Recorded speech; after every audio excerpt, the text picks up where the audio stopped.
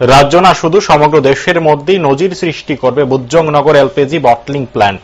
বুধবার নবনির্মিত বটলিং প্ল্যান্টটি পরিদর্শনে যান খাদ্যমন্ত্রী মনোজ কান্তি দেব। এদিন শিল্পনগরের বিভিন্ন নির্মীয়মান প্রকল্প পরিদর্শনে যান তিনি।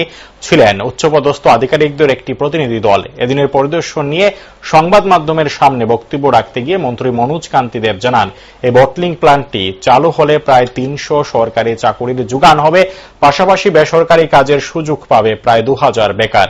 বিশাল এই প্রজেক্টের নির্মাণ কাজও প্রায় শেষ, এখন অপেক্ষা শুধু উদ্বোধনের। উদ্বোধনী অনুষ্ঠানে কেন্দ্রীয় পেট্রোলিয়াম মন্ত্রীর উপস্থিতি থাকতে পারে বলেও জানান তিনি।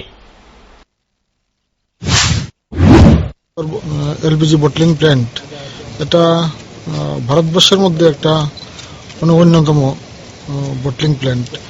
আপনারা জানেন যে বিশাল আমরা বটলিং প্ল্যান্ট যা রয়েছে সেখানে ডাবল শিফটিং এর কাজ হলে মাসে ১,৮০,০০০ সিলিন্ডার উৎপাদন করা যায়। বাদবাকি সিলিন্ডার রাজ্যের চাহিদা মতো আমাদের শিলচর থেকে আনতে হয়।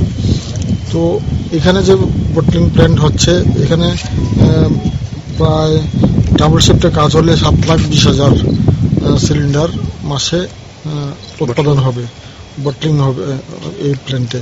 তো রাজ্যে গ্যাসের চাহিদা আর থাকবে না, তো মানুষের সাফার করতে হবে না। এবং এই প্রজেক্টের মোট ১৫৪ কোটি টাকার প্রজেক্ট। এটা শুরুতে এই জায়গাতে বিভিন্ন বাধা বিপত্তি ছিল, বিভিন্ন সমাজদ্রোহীরা কাজে বাধা বিঘ্ন ঘটাতো। তৎকালীন সময়ে আমি যখন ফুড মিনিস্টার প্রথম হয়েছি ওই জায়গা পরিদর্শন করেছিলাম এবং এসপি ডিআইজি থেকে শুরু করে সবার সাথে কথা বলে পুনরায় এখানে কাজ পরিচালনা করার ব্যবস্থা করেছি।